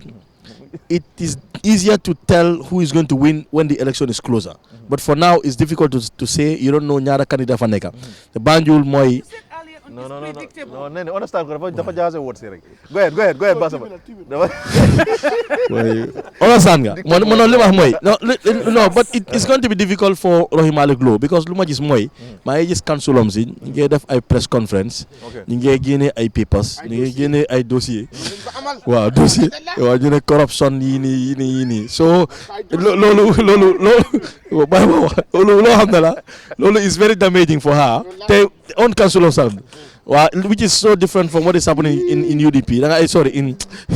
KMC, where all the councillors are with the mayor. Yeah. So that is difficult for her. Pour my Mauritian plus, it's gonna be difficult. That no, dinga just clearly, mom, she's out of the picture. Okay. West Coast, on the other hand, Yanks just ne mom fala joge Yankuba Dawo be pare mom tam xam nga UDP tànn nañ ko te gis naa maa ngi gis benn rasta independent kooku tam last time mu ngi wax about Basa man nañu quickly kan moo gën a important ama no rasta bi but I mean Yankuba Dawo revolutionnaire ak ñu Amad Jite no Amad Jite mu ngi fële ñëwangut sax Amad tànnaangut ko Amad Jite dañ ko fi just ñëw people have to come on the ground let us see them they are ready anybody can go online gis naa ñu bari ñuy génne flyers dañ bëgg a nekk mayor ñëwal nga ñëw nga won nit ñi da nga bëgg a you are there you want to wait until when they call then you come and independent disrupt you know what because that's why Dakar is waxanguma dara because you know what if you want to come and disrupt it's good to disrupt but for me come on the ground understand nga wow yes mbati nga Michael delay diam so ni be siri njana ya understand ni man nana yes ye be siri njana man na ye participate ikoy da bejel ni lafte da taraje bi na janne so so malon fo Amad Jite fo wa mangi ci sot is ko okay Amad Jite nda APR sorry nda NPP tanu ko ken hamut NPP xamanguñ kan lañ tana neena wax nañ fi xam nañ ñun kun tana West Coast man xamanguma okay Basaba no harama danen so ñu wara tana we have to see them first we know whether they are participating then we can tell who is going to win but right now we're just going to talk about the issues there and then kan lañ taxaw well right now we cannot tell you who can win because they are not competing already or they are not selected so everybody is putting a flyer online honestly laajte nga fi Duru I'm sure okay Basamba now Baba Jah dañ la laajte bi and then ñu dem round and then nga ñëwaata okay because dañ discuss already affaire yi Talib Bensouda ak Bakary Badji for KMC so yow sa gis-gis KMC of course I know yaa ngi NPP but then nan nga foogee ne Bakary Badji war naa mun a win Talib for the fact ne mooy incumbent moo fa nekk nit ñi gis nañ lu mu liggéeyagum so far ak yooyu noonu ban stratégie or lan nga foog loolu nga ni indi NPP dañu war a mun a on seat Talib Bensouda lan la Talib def KMC gis nga tali yoo xam ne président bi tey mu ngi koo liggéey loolu yëpp liggéey taalib la waaye defu ko boos yoo xam ne yooyu la taalib jënda boos yooyu ñun dossier yëpp lañ am boos yooyu lu taalib jënda ak Jah Oil we have all those papers already so léegi moom waaw with this Mohamed Jah yeah Jah okay so sorry no Jah Oil wo QCD he's the same man right no the same is Amadou Jah the petrol Mohamed Jah is the quantum espace okay Q-cell get it right. Don't get it twisted. Me, I think they are all Jah. No, they're not. Now we're okay. Wow. Completely different. Okay, so Legi, for us, we have all those papers. Legi, this is Legi. No. This cleaning lead boss. Wow. Okay. The ballot truck. Yeah. So we need to be clear on TV. The same bosses. Okay. So now we have all those dossiers already. Okay, go ahead. Okay, so now gis nga léegi waa Gambia development men lañ bëgga and today so bëggee development is going to be very hard for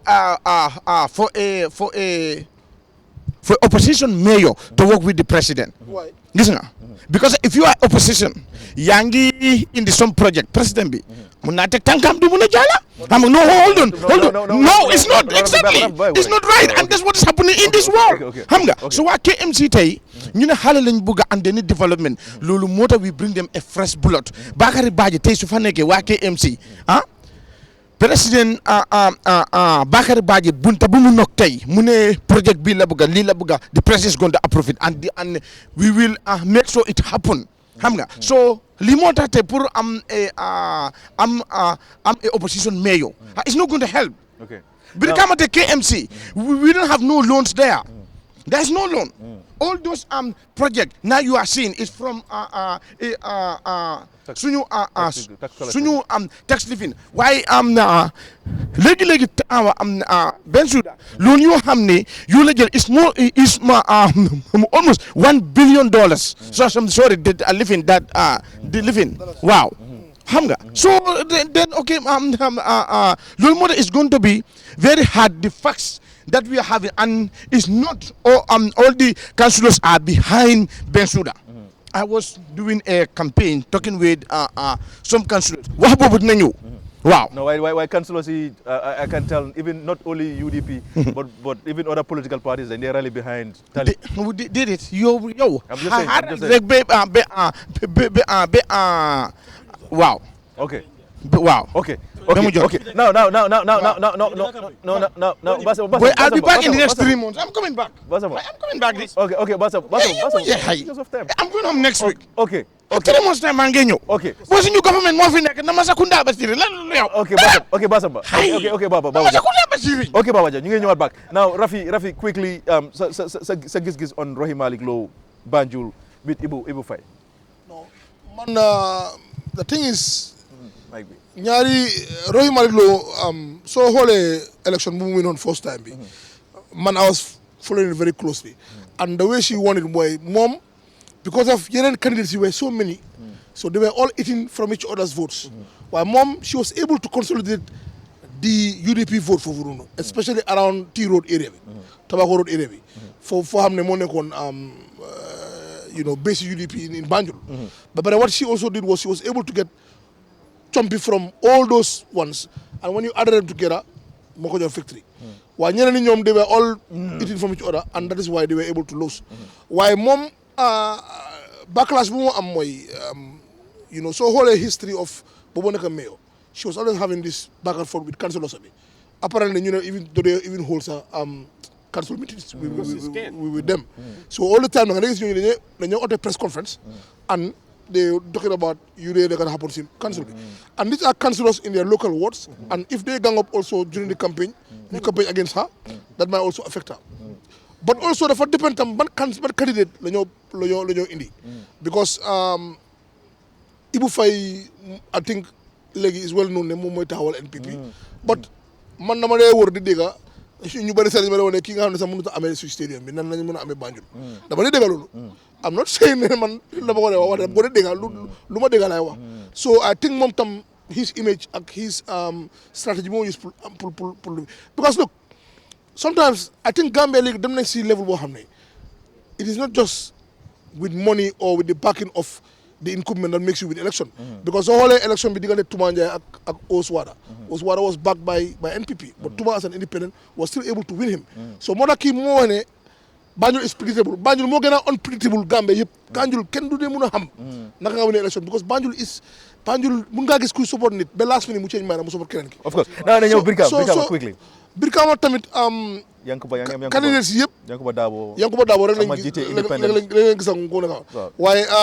Amad Jite moom man dama believe ne his Achilles heel mooy ne he's not on the ground te soo nekkee on the ground come on how can you campaign Yankuba Dabo man dama believe ne he can get the UDP votes within that council waaye pour mu mel ni taali pour mun a transcend pour mu get other votes it will be a difficulty for him and one being ne moom dëkku fi woon all this time he was in the UK te soo xoolee moom sax the reason why mu gën fay yàgga mooy bu gaa ñëwee organise seen 3 years jot na boobu noonu ñu arrest ko muy dem back and forth you see passport am bi mu ta dellu so loolu yëpp dafa am impact on him that was why he was able to stay here but moom doesn't live here like but NPP no matter so moom dina am issue trying to get people ñoo xam ne they don't necessarily vote for UDP to vote for him and if xanaa advantage bu mu am rek mooy su dee there are many candidates foofu noonu that moom mun na am advantage moo xam ne UDP vote bi su ko amee mooy ëppa ñeneen yi waaye if they have like few candidates yoo xam ne ñu ngi go I think moom dina am difficulty foofu noonu ok Nene Rohey Malick Lowe ak Ibou Faye I believe ne Rohey Malick Lowe stands a better chance than Ibou Faye boobu noonu because again when we look at suñ xoolee personalities like the individuals ñi taxaw understand nga again the incumbent factor over there Banjul dafa ndaw xam nga Banjul mun ngaa campagne doo dugg moto da ngaa wóor rek dox ko yëpp nga egga from koñ to koñ te moom mu ngi fa yaaga mu ngi fa nekka at least am na base foofu noonu so lii nekk deciding factor mooy the undecided voters ak ñi nga xam ne yeneen parti la ñooy support so nekkee ne parti yooyu taxawaluñ candidate let's say a PPP parce que PPP amoon nañ a little base in Banjul te dafa mel ni boobu lose nañ ko te barong leen jox gannaaw xaw ma ndax dinañ taxawal candidate ndax duñ taxawal candidate so suñ taxawalee ka da nga gis ne all those one from ñu nekk si yeneen parti yi suñ ñëwee kuñ mun a support loolu tam dina add weight waaye man dama feel ne dëgg su dee dëgg rek a tax ñuy wax su dee support base la ñoom ñoo fa Rohey Malick Lowe moo fa ëpp support te tamit soo xoolee seen temps bi foofu noonu amin kenn rek lañ gisangu mooy Ibou Faye su dee ne dañoo check boxes ku ci nekk li nga mun ak li nga liggéey biir Banjul ak liñ foog ne di nga ko def parce que li olof dee wax rek ku la jox ndeewoo bu la diggee añ war nga koo gom so su dee loolu rek la ñuy seet boobu Rohey Malick Lowe check na ko understand nga on that side waaye tamit da ngaa gis ne you know ñu ngi indi Ibou Faye understand nga ba pare ñu ngi ko make it very very difficult right now just because of man dama feel ne councillors yooyu noonu li ñoo disgruntled understand nga rightly so they have a right to be disgruntled or bring things up waaye the approach and the procedures are wrong man dama gom ne su doon ne góor a nekkoon mais yow foofu noonu councillors yooyu lu ñoo def duñ ko def so that part also we have to look at it man suma gis-gis Rohey liggéey na ndax li mu war a liggéey foofu noonu def na ko kenn mutut loolu moom mënta nekka lu bari war na koo def te am sure ne suñu watee a second time dina ko def yooyu noonu waaye pressure bi ñu nekk di teg ci kawam ak ni ñoo jaarale campagne bi biir Banjul foofu noonu man dama feel ne tamit bu doon góor a fa toog duñ ko defee noonu am na neneen nuñ ko doon jaarale so Brikama ndeysaan suma waaji Shérifo suma waay la nag parce que Shérifo ndeysaan suma staff la woon ku baax ci man waaye mistake bi mooy woon ne you know man su nekkoon na maa doon decide from sa njëlbeen ba xam nga UDP la taxawaloon understand nga sa njëlbeen ba ñoo def kansula man su doon te man la understand nga naka lañ ko waxatee Shérifo did not have the pedigree to be elected as a mayor of a big region as a chairman, you know, the chairman of a big region like Brikama. But that said and done, lolu passé na switch na kapet mu dem NPP. Foguma ne NPP dinañ ko taxawal parce que su nekkoon ne dinañ ko doon jëlaat pour second term dina doon feeñ bu yaaga because si melukaan bi si atmosphere bi jëfin bi sa di nga xam ne du Sirifo la ñoo indi wax kan la ñoo indi xamanguñ understand nga mu ngi bugg a leet waaye I feel ne tamit UDP the choice of Yankuba choice bu baax la because soo gisoon ñi doon dem primaries rek man dama fii ne suñ fa jëloon keneen ku utee Yankuba dina doon jafe pour su dee ne dañoo win ñu win Amat Jite I mean I like the guy waaye ni mu fi nekkutee si biir dëkk bi xam naa ne am na bés xam na dëkk bi parce que campagnal na Barrow campagne boo xam ne du ma ne moo tax mu win de waaye contribute na li tax war a win si side boobu noonu so su nekkee ne tamit am na ay nit ñu ko nekk di ko defal liggéey bi ak yooyu noonu dina du mun a win handslide with now this UDP mu am Yankuba and NPP ku ñëw bugg a indil parce que ci waxe ni NPP nekkuñ di ko jël xamanguma nag ndax ñu ngi si négociation si ay yooyu noonu su dee NPP jël nañ ko xëj na dina jegeñ du ma ne dina win de waaye dina jegeñ waaye suñ ko NPP jëlutee nag moom to be honest nag fooguma ne am na any chance foofu noonu Dudu Banjul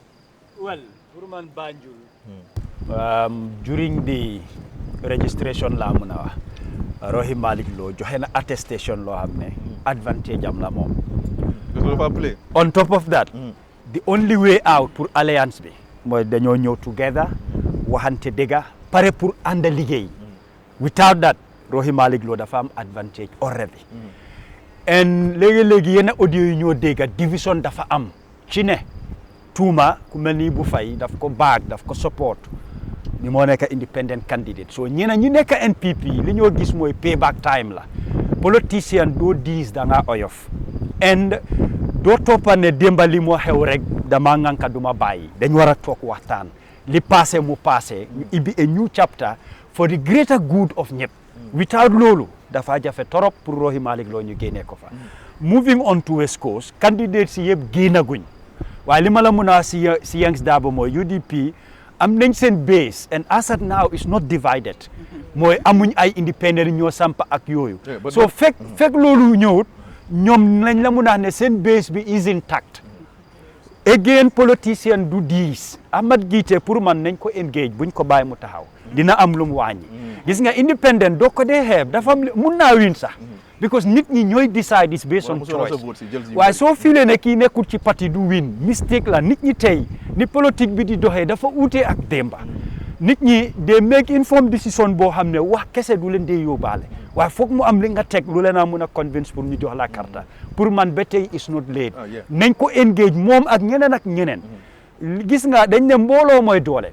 li tax présidentiel bi ci gàttal ñu am ko mbooloo la woon dañ liggéey together loolu soo nangoo mu tas dafa am liy wàññeeku ak luy dem loolu lañ war a toppa delloo ci waat ko boole ko loolu mooy sa doole soo ko xeebee rek di nga yaaxule ci lu ok now Dudu fooñi in Brikama su ñoo join fan nga foog ne foofu la ñoo dem saati fooñi bi li ma ci mën a wax mooy dafa am politique bu garaaw bu fa nekk li tax ma ne dafa garaaw du rek ne APRC dafa divide dafa am yeneen parti yoo xam ne even si alliance bi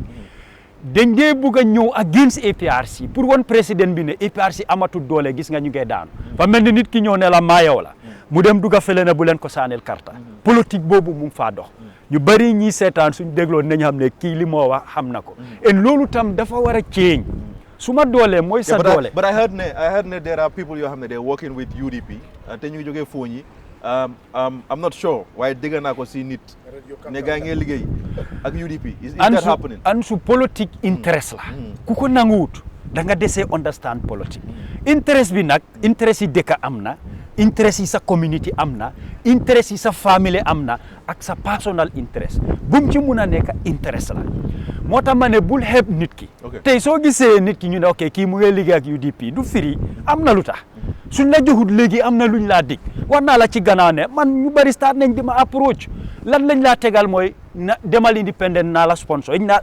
tactique la moo fa nekk su fekkee ne doo taxaw tam endorsal suma candidate xam nga su fekkee ne jaruma tus demuñ ci ñëpp waaye war na ko ne kii su ma ko toppee suy nangami carte dinaa ko am they will come to you politique la et nit ki right am la doo mun a wax by force soo ne sa si parti la nekk su ko nee mu bàyyi parti bi kenn mënu ko forcer soo yii laa wax ne suñ ko déggee ñu yëg ko nañ ko dox bul diis bul rëy bul tayal te oyofal ci nit ñi bu mu nekk tam waxi kese nit ki soo ko diggee gisul dara nga bugg a delluwaat ci moom dig ko du ko jël soo fexeel loo ko diggoon gisuloo ko bi yoon amal ci loo ko def ak loo ko jox ba mu tax mu nangu moo tax ma ne Ahmed Jite nañ ko engage buñ ko xeeb suñ ko xeebee dina leen yaaxal lu bari. He's a very smart guy. moom ak Yankuba Dawo yëpp the same, they're very educated so mooy loolu. Baba Jan now nañ ñëw because dañoo close programme bi ba dañ ñëw ci yow naa la jox chance right now we've seen vice president bi muy génn àdduna nit ñaa ngi joytu mbiram bu baax and then ñu ngi bugg a am likely ku xala mel ni moom ndax yow sa jàngat kan nga foog within cabinet bi ak government yi Barrow bi ak even circle bi muy NPP ne Barrow moom la war a mun a tànn pour mu def ko vice président yow sa gis-gis. docteur kii Cissé. ban Cissé. Sen Cissé. Okay. He's brilliant. No, Haran. He's brilliant. I love that guy. Xam nga. Gis nga léegi the president léegi he's going for people who they are very brilliant. They are very young, talented, and that is what we need léegi. Okay. Gis ngeen. Loolu moo tax now if you are seeing permanent secretary ak place very young guys who are brilliant. Gis nga tete da maluwa ñaan yàlla loolu moo naka président bi na fexe na jël nit before next week Friday because because tete président bi tey su fa nekkut waa APRC la de ñii si kii la def loolu óorut xawma xam nga fan la dem xam nga billahi wala suma ma nekk président bi non billahi wala dem si kii la dem de exactly te yaa moom dafay taxawal bu taxaw na bu toog alkaali yi taxaw bu toog chef yi taxaw bu toog ñoom sax Baba Jah wala yaa ngi free pour nga laaka mandinka because gis naa ne boobu nga gën a comfortable with so mun nga laaka mandinka no okay no okay no I can speak wolof yéen sax xam nga loolu mun na la jaay si olof di njaago nga dégguloo olof so loolu mooy sa gis-gis pour affaire vice president of course yeah you know he no xam nga the president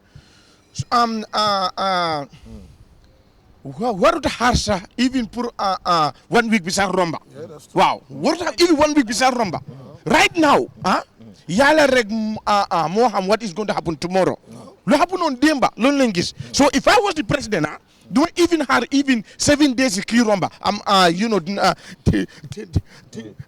dinaa fa def keneen loolu rek la okay now basama bay loolu Badara now just ndax yow you were impressed with Badara with the former president for me yes because he invited me up to his office loo xam ne loolu la ma doon wax moo nekka let's come together to develop Gambia let us not divide the Gambia xam nga those are the words that this man was advising me xam nga because he seen maybe to him I'm influent xam nga loolu moo tax okay so he took me to this area borom boss xam nga so xam nga boss bi maa ko poñe ñëpp xam nañu boss bi maa ko poñe xam nga okay exactly xam nga so xam nga moom tamit loolu la xam maa ngi ñaan yan na ko yàlla xaaje ajana invite na ma toog nañ waxtaan nañ xam nga wax na ma affaire Gambia yi xam na and then that is what we want xam nga te lu président bi am wax moo am xam nga he's a man koo xam ne nekkul ne place président la buga xam nga waaye xam nga and he's not greedy xam nga so he's a very brilliant guy me I supposed to go back last week Friday xam nga waaye moom I had he was coming that is the reason why I canceled my flight xam nga just to wait xam nga I did my best I went to the State House jàll president bi and I went up to the family in Banjulundi xam nga so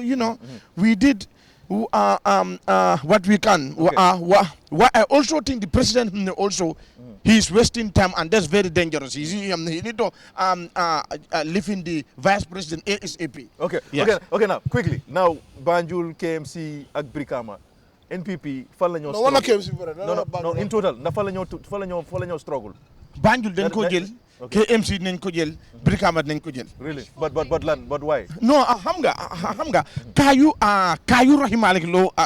yow xanaa gis loo kaayu yooyu la ñoo jaay yooyu la ñoo jaay to people les Brikama okay Brikama is very easy these people we got them already ñoom ak ñun la fooñi am nañ fooñi xam nga Brikama am nañ fooñi jaame déedéet nooto ma ne nooto alliance ñoom waa gaa win parlementaire bi yaakaar di karte lañ déedéet xam nga Brikama bara moo fa win ñu ñoo win Brikama waaw parlementaire bi winul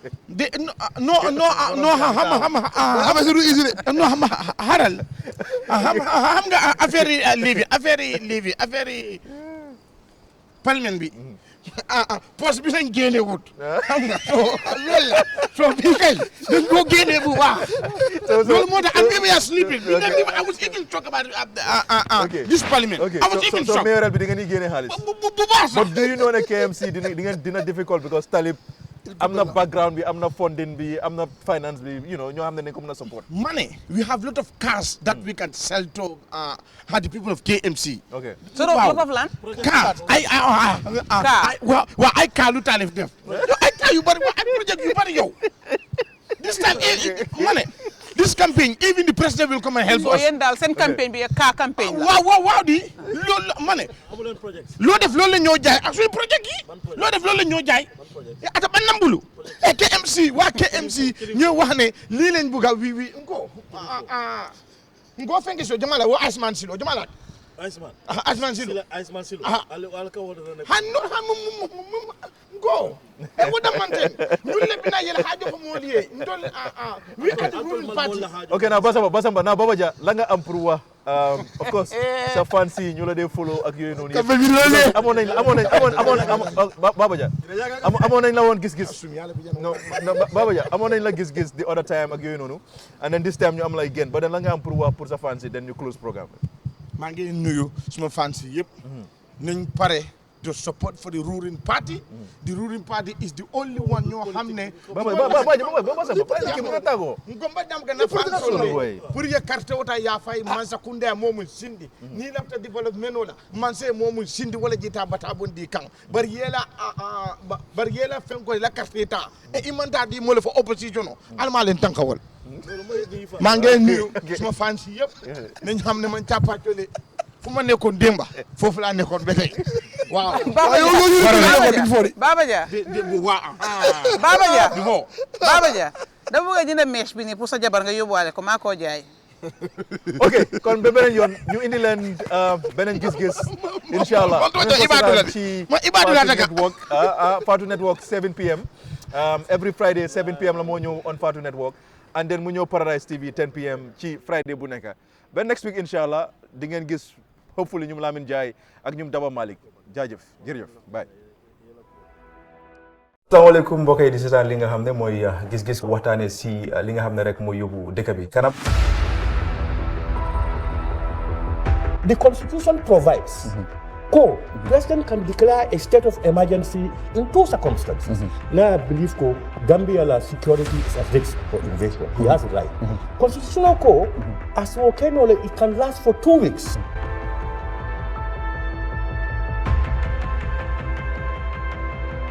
And he has the intellectual, moral, political right and grounding is on terra firma.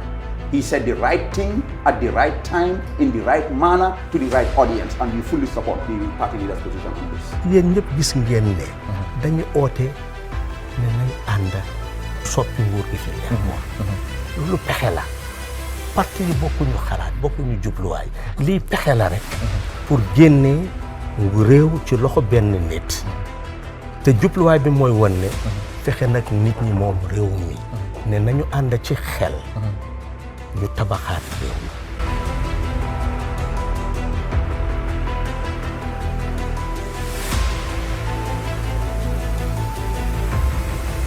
président Adama dafa am mandate ni ko Gambians choose ne na liggéey réew mi mu tànn ay nit ñu liggéey ak moom man ci ñooñu laa bokk maa ngi liggéey ak moom. ngaje ko ande mela ay mul ay tinaro mingke Gambia jaw mul ka wole ta ka foko APRC fananda do tinaro kala alle mo stade le so ka APRC da kala image de da ko tenke isaje fu gambe no ko tengen sila pati ni ko tengen. You know, yalo say you are putting me in a funny position. Come to me for the COVID. And you can take